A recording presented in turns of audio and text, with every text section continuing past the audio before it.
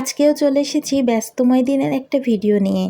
আর আজকে সারাদিন কি কাজ করেছি সেই সব কিছুই থাকবে আজকের এই ভিডিওতে। আশা করি না টেনে পুরোটাই দেখবেন। সো হ্যালো এভরিওয়ান, আসসালামু আলাইকুম। কেমন আছেন সবাই? এই তো রান্নাঘরের থেকেই ভিডিওটা শুরু করেছি। আর রান্নাঘরের অবস্থাটা দেখুন। প্রথমে আপনাদের একটু আমার দেশি মুরগির ডিমগুলো দেখিয়ে নিই।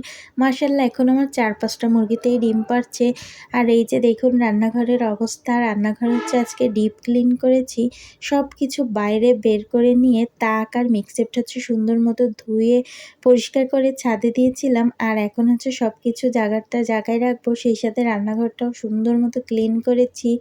একদম পারফেক্টভাবে চকচকা করছে।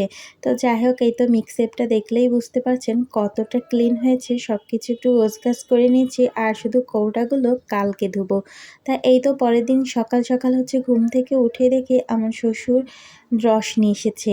আপনারা কে খেয়েছেন রসের পিঠা? এবছর কিন্তু আমরা রসের পিঠা খাইনি, শুধু রস নিয়েছি একটু রসের পায়েস করার জন্য। তারপরে এই তো রসটা জাল করে রসের পায়েস রান্না করা হয়েছে। এখন একটু মুড়ি দিয়ে খেয়ে নিচ্ছি। আর এর ভেতর আমার মেয়ে চলে এসেছে, এসে দেখেছে তার বাটিতে আমি খাচ্ছি। এজন্য দেখুন তার অবস্থাটা। সে ইদানিং খুব একজন হয়েছে, তার কোনো কিছু কাউকে দিতেই চায় না।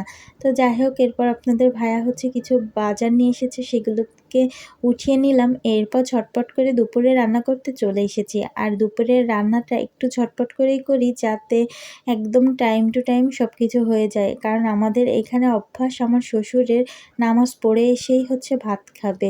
এই জন্য দুপুরের এই টাইমটা এত বেশি ব্যস্ত থাকা হয় কি আর বলবো, যাতে সব কিছু দ্রুত করতে পারি আর আজানের আগে আগেই সব কিছু হয়ে যায়। তাহলে আমি গোসল করেই হচ্ছে আমার শ্বশুরকে যাতে ভাত দিতে পারি। তো যাই হোক, এই তো কুটাকাটা সব কিছু করে নিয়েছি। এখন মেয়েটা এসে এত বেশি দুষ্টামি করছে, ভাবলাম ওকে একটু ফলটা কেটে দিই। ফলটা কেটে দিলে হচ্ছে ও চুপচাপ নিয়ে বসে খেতে বসে যাবে, তাহলে আর কোনো ঝামেলাই করবে না।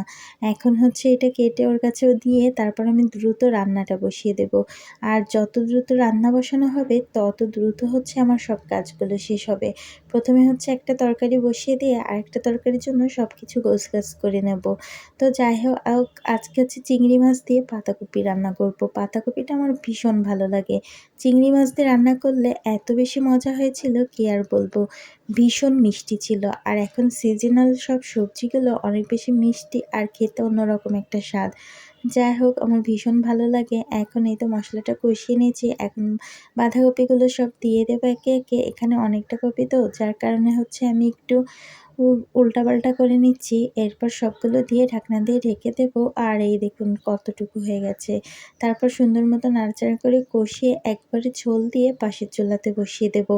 আর ঝটপট করে রান্না করলেই কিন্তু একদম সুন্দর মতো টাইমলি সব কিছু হয়ে যায়। যাই হোক, সব কিছু ডিপলি পরিষ্কার কেন করলাম সেই সব কিছুই আপনাদের সঙ্গে শেয়ার করব। এই তো এখন হচ্ছে পাশের চুলায় তরকারি বসিয়ে দিয়েছি। আর আজকে টমেটো আলু দিয়ে রুই মাছ দিয়ে রান্না করব। তো যাই হোক, জিরা রসুন বাটা দিয়ে মশলাটা একটু কষানোর জন্য দিয়ে দিলাম। আর এখন মাছগুলো বসিয়ে দেব। আর সুন্দর মতো তেল উঠে গেলে হচ্ছে মাছগুলোকে নামিয়ে ফেলবো। আগে ছোটোবেলায় দেখতাম আমাদের বাসায় আমার আম্মু, আমাদের একটা হেল্পিং হ্যান্ড ছিল, তাকে নিয়ে হচ্ছে সব কিছু ডিপ ক্লিন করতো। সেই সাথে আমরাও অনেক কাজই করে দিতাম। তো যাই হোক, সেখান থেকেই হচ্ছে আমি চেষ্টা করি শবে বরাত বা রোজা আসার আগে আগে সব কিছু ডিপ ক্লিন করার। তাহলে সব কিছু পরিষ্কার থাকে, দেখতেও খুব ভালো লাগে।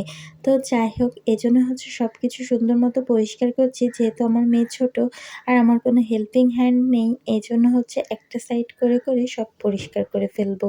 তো যাই হোক, কথা বলতে বলতে হচ্ছে তরকারিটা প্রায় হয়ে গেছে। এখন মাছগুলো বসিয়ে দিব। আর আজকের ভিডিওটা এই পর্যন্ত। সবাই ভালো থাকবেন, সুস্থ থাকবেন। আল্লাহ হাফেজ। আসসালামু আলাইকুম।